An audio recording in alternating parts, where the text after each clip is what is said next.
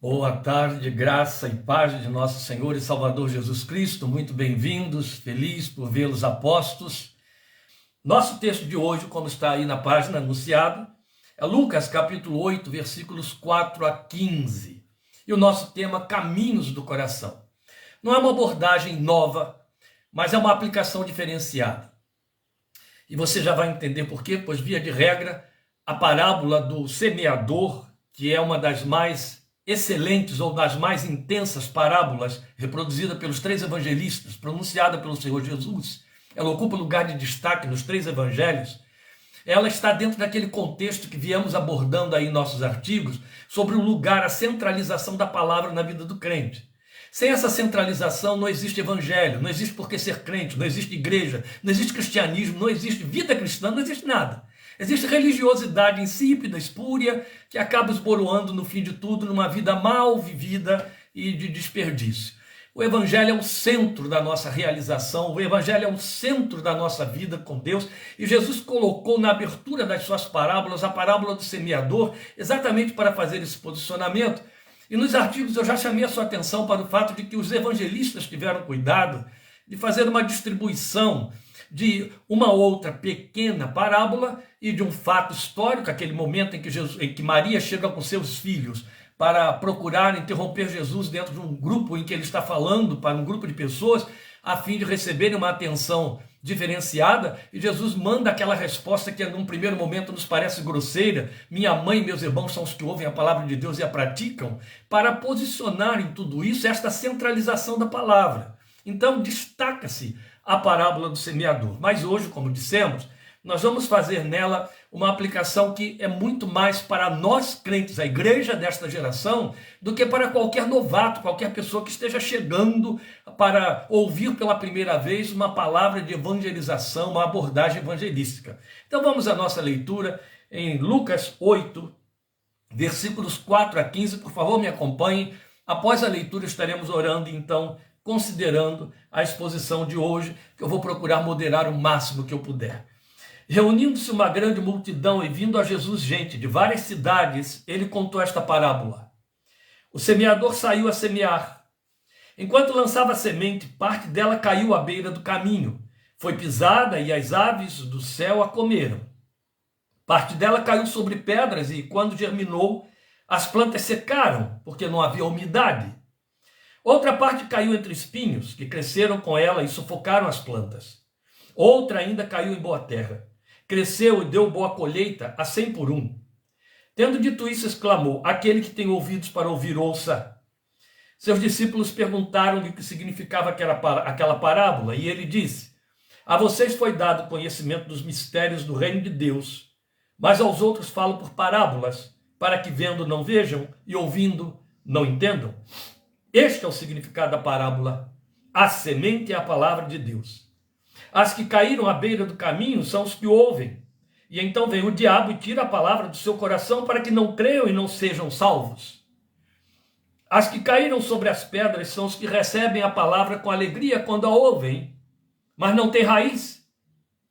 Creem durante algum tempo, mas desistem na hora da provação. As que caíram entre espinhos são os que ouvem, mas ao seguirem seu caminho são sufocados pelas preocupações, pelas riquezas e pelos prazeres desta vida e não amadurecem.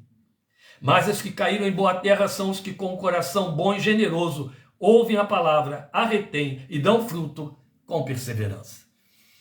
Vamos falar com Deus em cima do que lemos neste momento. Eterno Pai, pela fé em Cristo Jesus e por meio dele, chegamos diante da tua presença, conscientes da solenidade desta palavra que acabamos de ler e da abordagem que esperamos nela poder fazer. Rogamos que teu Espírito nos guie, nos instrua, nos ensine e permita que esta palavra penetre fundo em nossos corações, trazendo-nos alerta, consciência de vida espiritual ativa e comprometida para o louvor de teu nome. Permite que ela produza os frutos para o que tem sido enviado ao nosso encontro esta tarde, e ela atenda ao desejo do teu coração quanto à nossa fé e ao nosso coração. Por Cristo Jesus, Senhor, que ela abençoe o coração de quantos a ouvirem hoje e posteriormente, para o louvor de tua santa glória. Amém. Amém.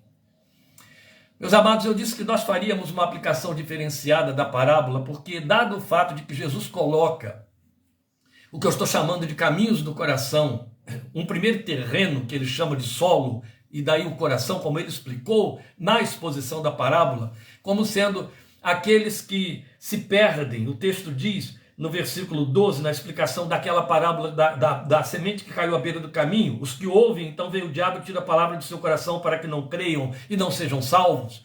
Por conta dessa colocação que faz a abertura da exposição, da explicação do significado da parábola, a grande maioria, com muita pertinência, interpreta a parábola do semeador como sendo dirigida unicamente aos corações novatos, aos corações neófitos, aqueles que ainda não creem em Cristo Jesus e que estariam recebendo a palavra da salvação pela primeira vez.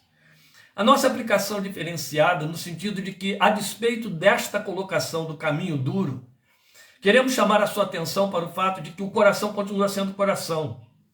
Do incrédulo ou do não incrédulo, ele continua sendo coração, do incrédulo ou do crente, com todas as nuances das suas fraquezas, das suas falhas, da sua pecaminosidade, do seu desespero. Estou usando linguagem bíblica, lembrando a você Jeremias, que nos alerta a respeito do coração.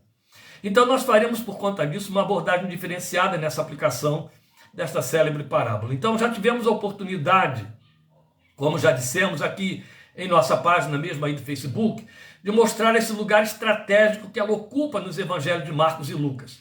Mas Mateus também, como Marcos, colocando a procura de Jesus por sua mãe e irmãos, precedendo a parábola. Ele também trabalhou com isso aí. Então Lucas e Marcos narram a parábola da candeia após a parábola do semeador, para mostrar que tudo tem a ver com palavra pregada, a palavra da pregação, a palavra semeada, a palavra anunciada. A ênfase de Jesus nesse trecho que Lucas sintetizou no capítulo 8 é o lugar central da palavra em nossa confissão. Então todas essas referências nos servem de indicadores de como ele quis centralizar a importância da palavra de Deus na vida do homem. E aí vale lembrar aquilo que ele, confrontando Satanás, disse fazendo uso de Deuteronômio capítulo 8. Nem só de pão viverá o homem, mas de toda a palavra que procede da boca de Deus.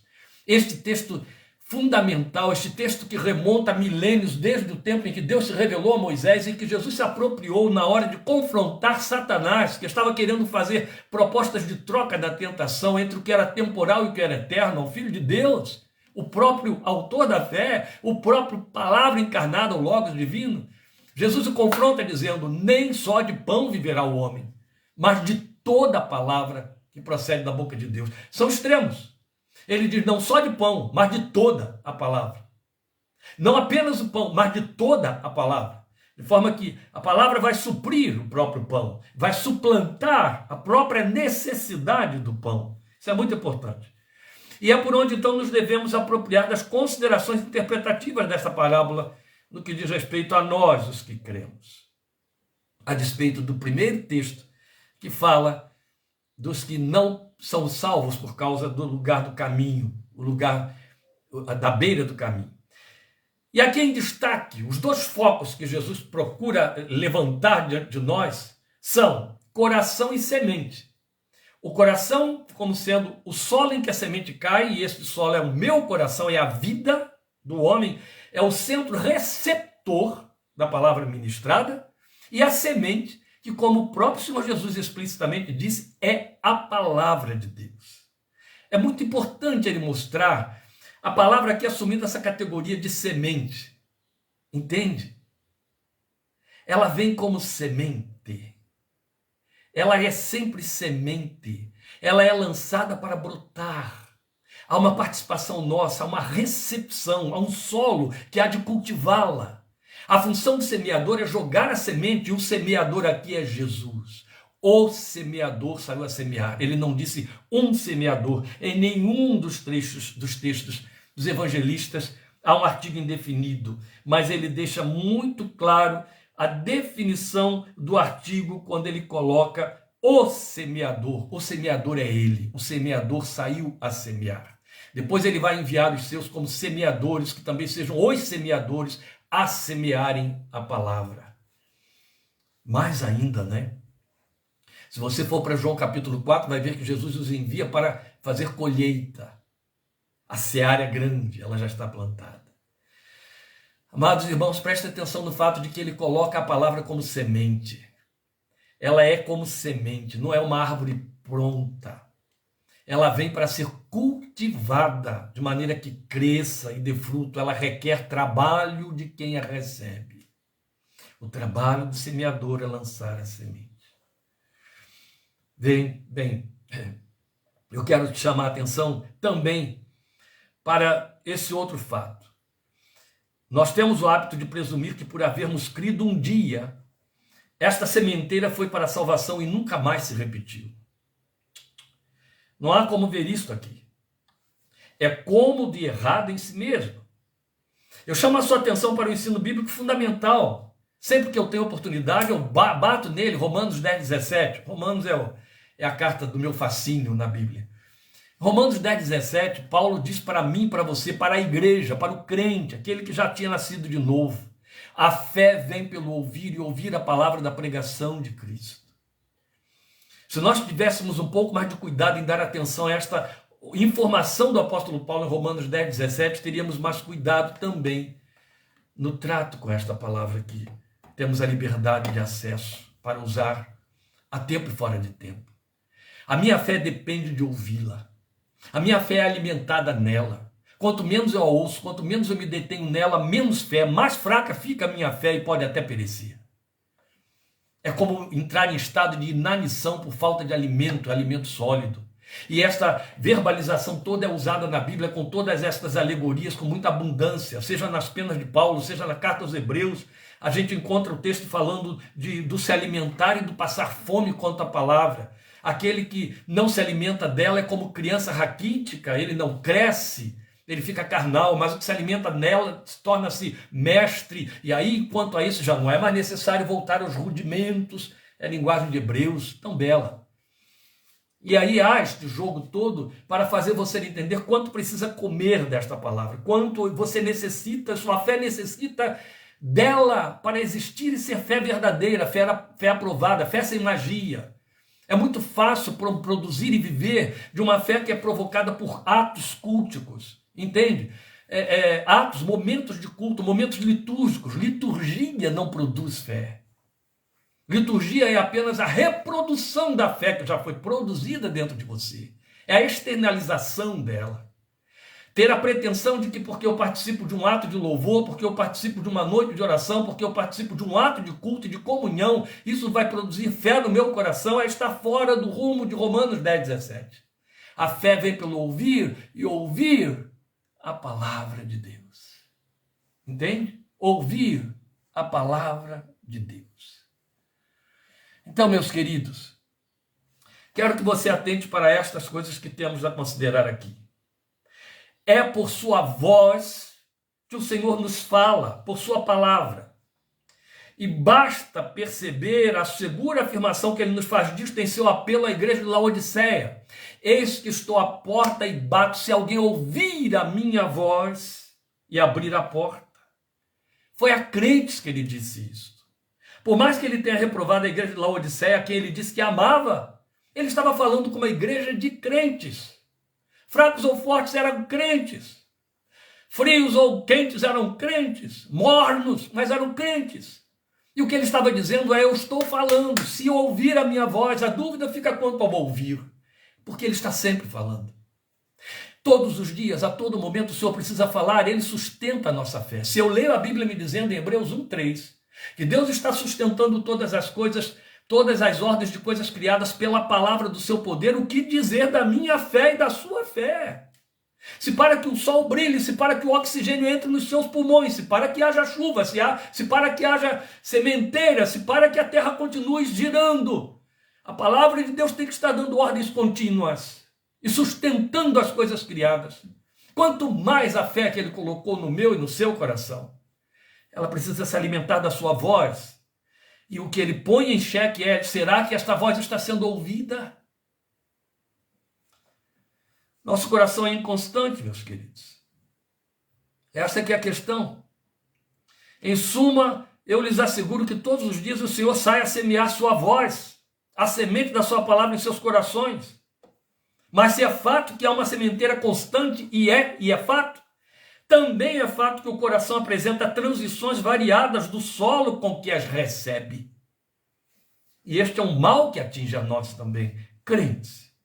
Nosso coração é inconstante, eu já disse. Como a palavra de Deus afirma. É ela quem diz isto.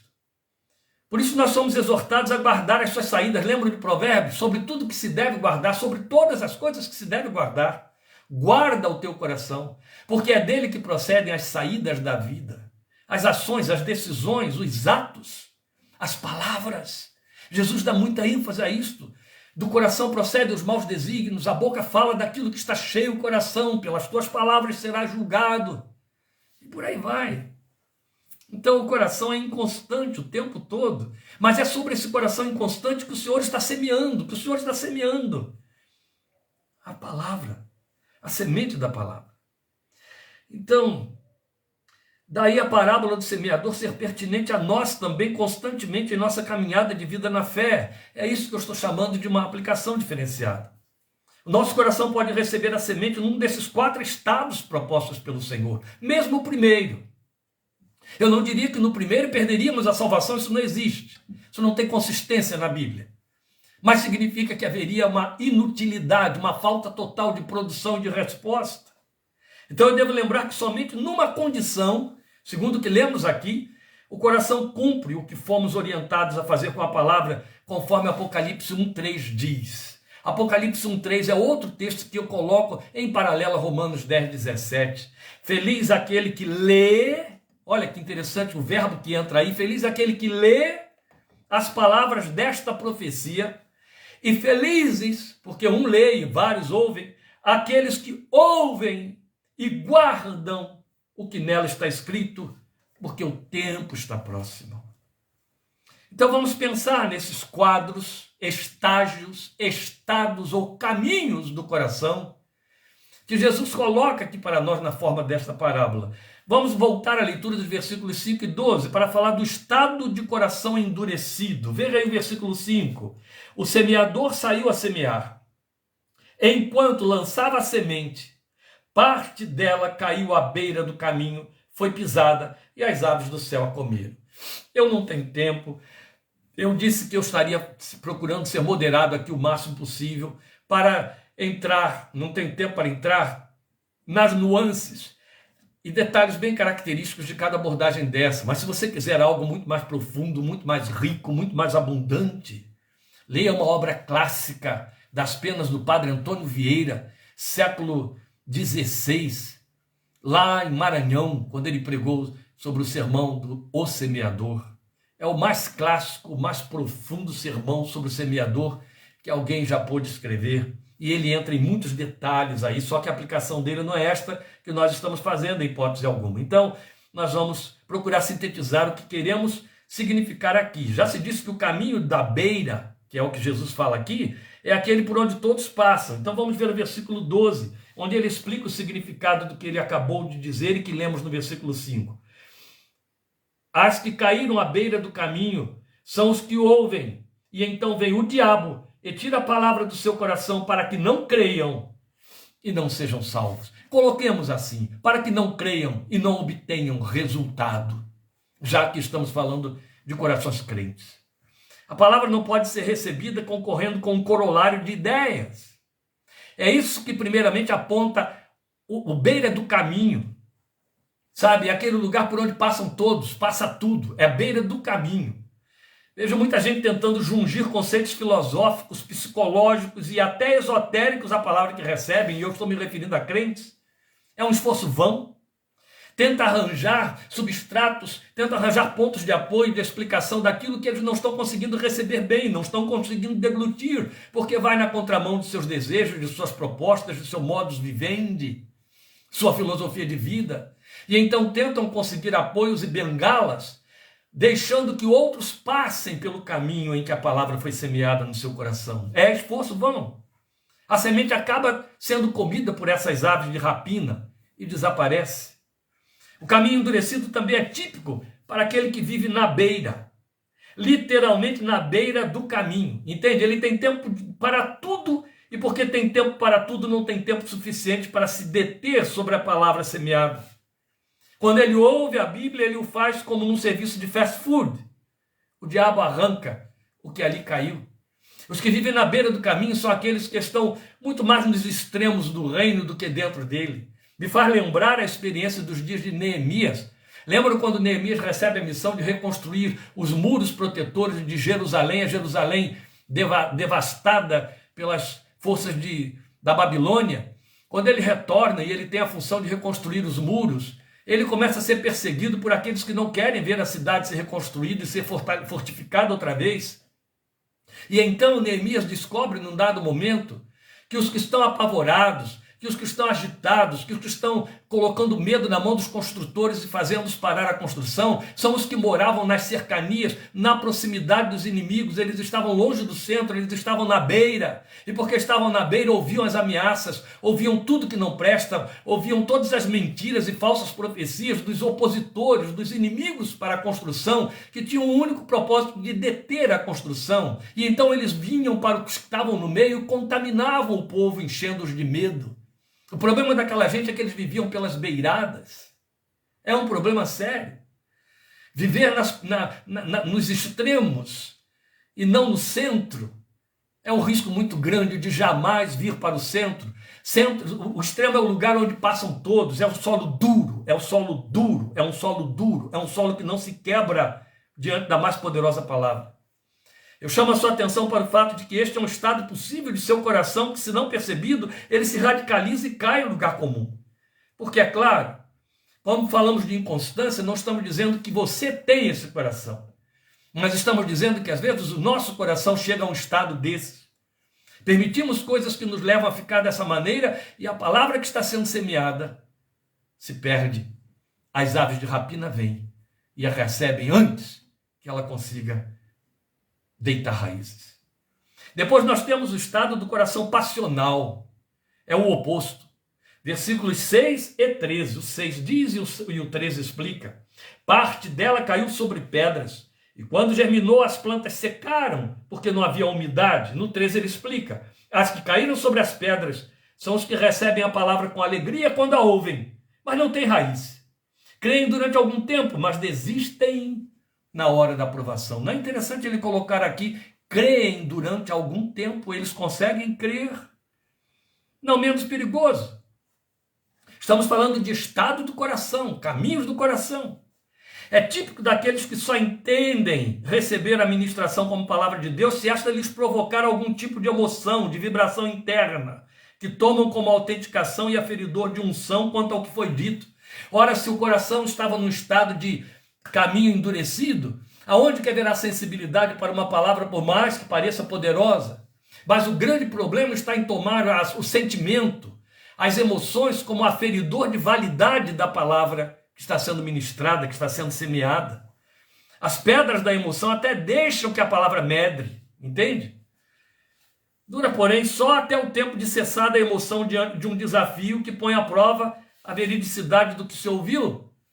E lá se acham em triste, frustrante vazio. Meu Deus, como isto é frequente.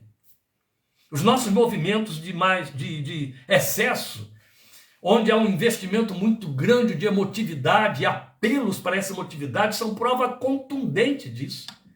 É com euforia que a palavra é pronunciada e é com euforia que ela é recebida. Pessoas dão brados e brados, quase que no paroxismo de emoção, até que momentos depois, às vezes no dia seguinte, ou no mesmo antes que o mesmo dia acabe, uma situação de frustração vindo na contramão esvazia tudo aquilo, como quem jogasse água fria na fervura.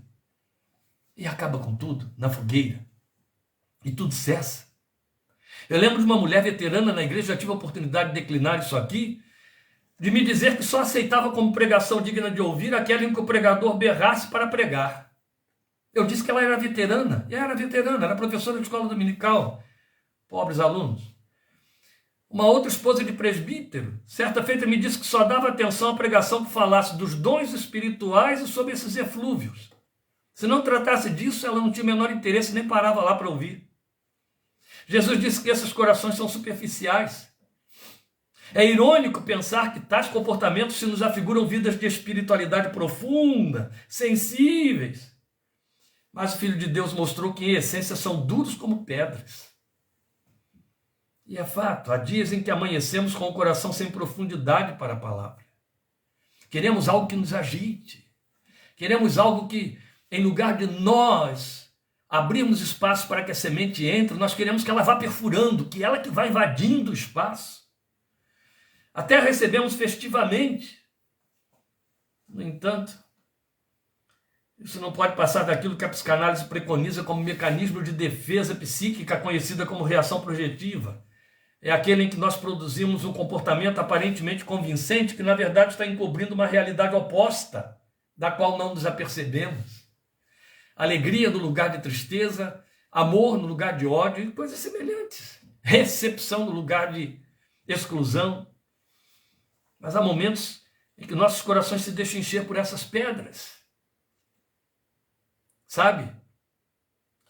Isso me faz pensar nessas pedras desse caminho do coração como sendo aquelas coisas que nós colocamos para conduzir conforme nós desejamos a palavra pelas vias, pelos atalhos que criamos para que nos atenda. É como quem quer preparar o ambiente para que a palavra diga o que lhe agrada. Paulo chamou isso de cercar-se de falsos mestres cuja mensagem lhes traz comichão nos ouvidos. Provoca deleite. Superficial, Jesus disse. Até creem, mas basta uma aprovação. Basta um silêncio de Deus. Basta uma situação que se renove, que se repita, ou que torne a acontecer, daí repetir. Basta uma nova situação que contradiga a experiência anterior ou que foi prometido. E o pregador é que é culpado de ter pregado errado, ou então a palavra não teve valor, ou então eu não creio, ou então não funciona assim. Desistem fácil. Não há perseverança. Depois ele vai nos falar do estado do coração temporal. Você já vai entender o significado dessa temporalidade que estamos falando aí. Está nos versículos 7 e 14. No 7 ele diz: outra parte caiu entre espinhos, que cresceram com ela e sufocaram as plantas. Veja, nasceu também, a planta saiu ali, mas foi sufocada. Aí no versículo 14 ele explica: as que caíram entre espinhos são os que ouvem, mas ao seguirem seu caminho são sufocados pelas preocupações, pelas riquezas e pelos prazeres desta vida e não amadurecem. Aqui temos um verbo novo que ele apresenta para nós: a falta de maturidade. Volto à carga, eu já tinha dito. São alegorias muito bem trabalhadas por Paulo e também pelo autor de Hebreus, também por Pedro. Os crentes maturos, na linguagem de Paulo, são crianças, na mesma linguagem de Paulo, são carnais. Na linguagem do autor de Hebreus, possivelmente um discípulo direto de Paulo, crianças e carnais, os imaturos. Enquanto que os maduros, os que amadurecem, são chamados de mestres, estão aptos para ensinar e passar para outros. Veja que interessante. O coração em estado de temporalidade, ele não permite que haja amadurecimento. Eu creio ser este o mais frequente e por isso mesmo o mais trágico dentre todos que eu citei aqui. Mas quantos crentes são achados nessa situação hoje, meus amados? E como isso é triste. Aqui está a denúncia de tentar ouvir a palavra fazendo dela um acréscimo a tudo que se tem, sem priorizar, sem revelá-la acima de tudo. É sempre assim, para todos os estados do coração, todos os caminhos do coração.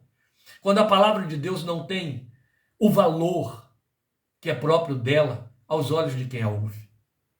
Quem prioriza a palavra de Deus é porque sabe que ela é toda a palavra que procede da boca de Deus e que o alimenta. Quem prioriza a palavra de Deus sabe que ela está acima de qualquer proposta e de qualquer agenda. Quando você de fato tem na palavra de Deus o valor de pérola, você sabe usar a pérola. E aí dá prioridade a ela. Mas quando ela é apenas mais um elemento, quando ela é um elemento devocional, quando ela é o pensar da religiosidade da minha vida profana, quando ela é o meu acréscimo espiritual, ela não me amadurece. Ela morre, ela é sufocada e morre. Então, neste ponto, eu chamo a sua atenção para o fato de que no estado anterior e neste não há diabo agindo. Jesus colocou o diabo lá em cena, naquele caminho endurecido, Mas é você só, no trato que dá a voz da palavra, que deveria alimentar sua fé. Muitos espinhos. A palavra se imiscui entre eles, tentando prevalecer, medra e cresce, mas fica sempre sob sombras. Percebe? Ela fica secundariada. Por fim, é sufocada. Jesus delineou vivamente em que esses espinhos concorrentes consistem. Achei isso de uma beleza extraordinária. Ele começa falando em preocupações, depois riquezas e depois prazeres. E quanta sabedoria nesta ordem de palavras. Até mesmo em busca destas coisas, alguns crentes correm de forma mágica atrás da semente, e não falta quem se ocupe de alimentá-los nessa busca ilusória. A fé mágica que pode levar à prosperidade. O homem se preocupa em granjear riqueza para desfrutar os prazeres da vida. Esse é o movimento do ser humano. Mas esse movimento precisa ter uma nova rota, uma nova proposta, uma mudança radical diante da palavra. Pode ser válido para todas as instâncias da vida, mas não para aquele que é um solo onde a palavra de Deus é semeada. Volta à carga, o homem se preocupa, Jesus falou de preocupação, riqueza e prazeres. O homem se preocupa em granjear riqueza para desfrutar os prazeres. São os espinhos de que ele fala para nós, que sufocam a palavra semeada, a semente semeada.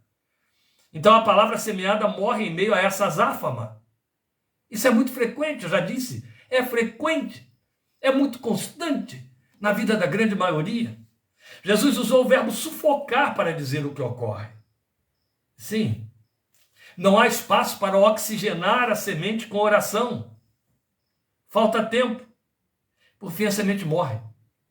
Duas coisas são inevitáveis, minimamente inevitáveis, quando se pretende que haja sucesso numa sementeira: luz do sol, terra regada, espaço aberto para que a semente receba o sol, haja oxigenação, espaço aberto, terra regada. Isso nos faz pensar muito no Salmo 126, a terra regada com lágrimas. Se não há espaço para oxigenar a semente com oração, falta tempo. Se falta tempo, a primeira coisa que desaparece é o próprio alimento da semente. Não se abre espaço para ela penetrar, não há tempo para a leitura da Bíblia, para ouvi-la, muito menos orar sobre o que se ouviu. Por fim, ela vai morrer. E são tantos os que estão presos nessas malhas. É fácil e rápido cair nelas. Percebe que o Senhor disse que esse é o estado do coração daquele que segue o seu caminho? Foi o que ele disse aí. Volte lá ao versículo 14. As que caíram entre espinhos são os que ouvem, mas ao seguirem seu caminho. Olha que interessante. É próprio. É próprio. Ele acha um trilho seu próprio caminho. E pensa que a palavra que recebeu vai prosperar nesse seu próprio caminho. Tola ilusão. A palavra semeada pode estar, e via de regra está, apontando um caminho completamente diferenciado, que não há de ser, no fim, o seu caminho, mas o dele, só o dele. Por último, e aí eu estou cumprindo a minha promessa de ser moderado, nós vamos pensar no estado do coração rendido, que Jesus aponta nos versículos 8 e 15. Fala no 8 e explica no 15. Outra ainda caiu em boa terra, cresceu e deu boa colheita a 100 por um. Tendo dito isso, exclamou aquele que tem ouvidos para ouvir: ouça. Olha como ele fecha esta colocação em cima do terreno fértil. Quem tem ouvidos para ouvir, ouça. Volte a Apocalipse 1:3. O que lê, ouve e guarda. Amém? Preste atenção. Vamos ao 15, onde ele explica: mas as que caíram em boa terra são os que com o coração bom e generoso ouvem a palavra, a retêm e dão fruto com perseverança. A palavra generosa que entra aqui só em Lucas nos faz pensar em o dadivoso, aquele que é um filantropo, que abre mão e etc. Não, é para com a palavra. É generoso no espaço que cede a ela. É generoso pela priorização que dá, pela amplitude de lugar em que a coloca e a atenção que a ela se volta. É generoso na forma como oferece seu tempo, sua agenda, sua atenção, seu interesse. Este é o estado do coração que prepara o lugar para a semente. É quando o seu coração tem sede, é quando o seu coração tem fome. Se o seu coração tem fome, ele quer a planta ali, ele quer colheita, ele quer colher para se alimentar. É só o coração faminto que tem esta proposta. Creio que uma palavra maravilhosa que se encontra no profeta Amós, é uma profecia de um grande e verdadeiro avivamento que ainda falta, que mais do que nunca se faz necessário urgentemente nesta geração. Quando Amós diz que homens cairiam pelas ruas de fome e de sede, não de pão e de água, mas da palavra de Deus. Se existe e se houve um tempo em que essa necessidade deste avivamento precisa acontecer ou voltar a acontecer, é este tempo. Vidas famintas da palavra, que abrem mão de tudo para correr atrás da palavra. Eu me lembro de um tempo em que, primeiro, já não havia tanta abundância de igrejas como há nos dias de hoje, de pontos de pregação. Os pregadores não eram tão bem preparados, eram raros aqueles que de fato tinham um chamado específico e dotados por Deus. Tenho aqui vários que me ouvem e sabem de que estou falando e que participaram disso comigo. Quando em nossa cidade nós jovens ouvíamos falar de alguém ou alguma mulher, um homem ou uma mulher, cheio de poder de Deus na palavra, que estivesse pregando em algum lugar, a gente saía correndo atrás. A gente arranjava agenda, com dinheiro ou sem dinheiro de passagem, porque não tínhamos emprego, não tínhamos salário, não tínhamos nada. A gente se miscuía, se juntava, fazia o que podia, mas se metia lá para ouvir, se alimentar, aprender. Não abria mão de nada. Havia fome, meus amados. Havia sede da palavra de Deus, que precisava cair nesses terrenos sedentos e famintos e germinar para a glória de Deus e dar fruto a 100 por 1. Então, o coração que prepara o lugar para a semente é aquele que se deixa arar, que se deixa revolver, que deixa sair o solo duro, as pedras, os espinhos. Entende? Você percebe que ele vem bem depois do lugar duro que tem que ser arado. Ele vem bem depois do lugar pedregoso, onde as pedras precisam ser removidas. Isso nos remonta a Isaías capítulo 5, o trabalho do agricultor que quer ter uma vinha que lhe dê uvas que ele possa provar. Não esqueça, a vinha de Isaías 5, ela deu uva, mas eram uvas azedas, ela frustrou o agricultor. E ele estava lamentando, porque ele preparou o terreno para aquela palavra, para aquela sementeira da vinha, a plantação da vinha. Mas o que estamos aprendendo aqui na parábola do semeador é que você prepara o seu coração, você abre o espaço para que a semente produza o resultado que tem de produzir. Cumpre literalmente Apocalipse 1:3 esse terreno. Ouve, guarda e persevera. Gasta tempo com a semente e ainda arrega. Arrega com oração, arrega com as suas lágrimas. Não deixe que caia num lugar vazio. Não deixe que volte vazia, porque Deus prometeu sobre esta palavra, dizendo, é a sua magna promessa, assim será a palavra que sair da minha boca, não voltará para mim vazia, antes cumprirá aquilo para o que eu a tenho enviado. Glória seja o seu santo nome. Se eu não pudesse crer nisso, não seria pregador desta palavra já por quase 40 anos, pela misericórdia de Deus. Esta é a única estação em que o coração permite que a palavra frutifique. E é a única maneira pela qual a semente vai crescer e frutificar. É a única.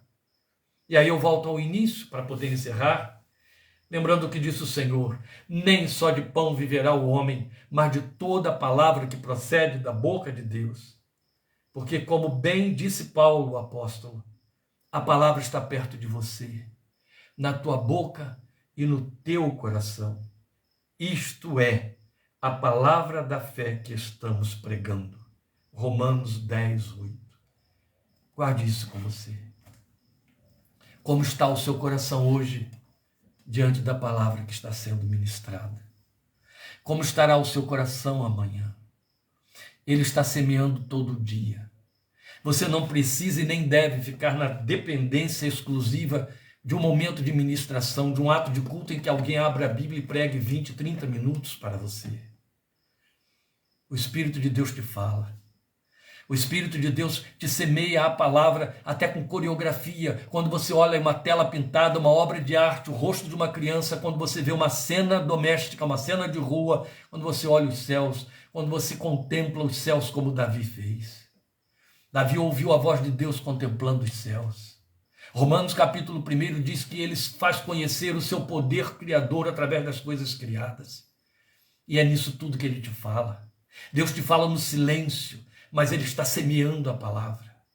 A questão está em como o coração, qual é o caminho, o estado do coração para que ela semeie, ao ser semeada, medre, produza frutos. Mas eu quero, em cima de tudo isso que foi dito aqui, fechar lembrando a você que, para mim, o mais temerário caminho, o mais temerário estado do coração que podemos oferecer à palavra ministrada é aquele terceiro estado apontado pelo Senhor Jesus. O terreno cheio de espinhos.